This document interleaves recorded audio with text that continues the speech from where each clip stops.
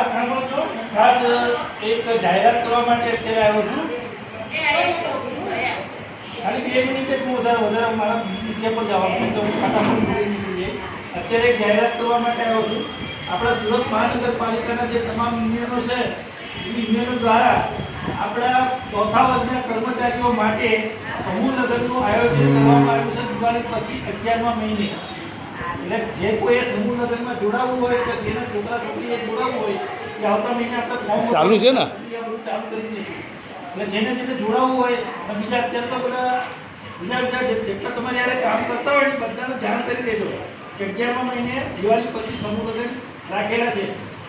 એટલે જેને જોડાવવું હોય જેને બાળકોએ જોડાવવું હોય એ નામ નોંધાવી દે. આવતા મહિને ફોર્મની પ્રક્રિયા ચાલુ થઈ જશે. આપણા યુનિયનો દ્વારા આખું આયોજન કરવામાં આવવાનું છે સમૂહ લગ્નનું.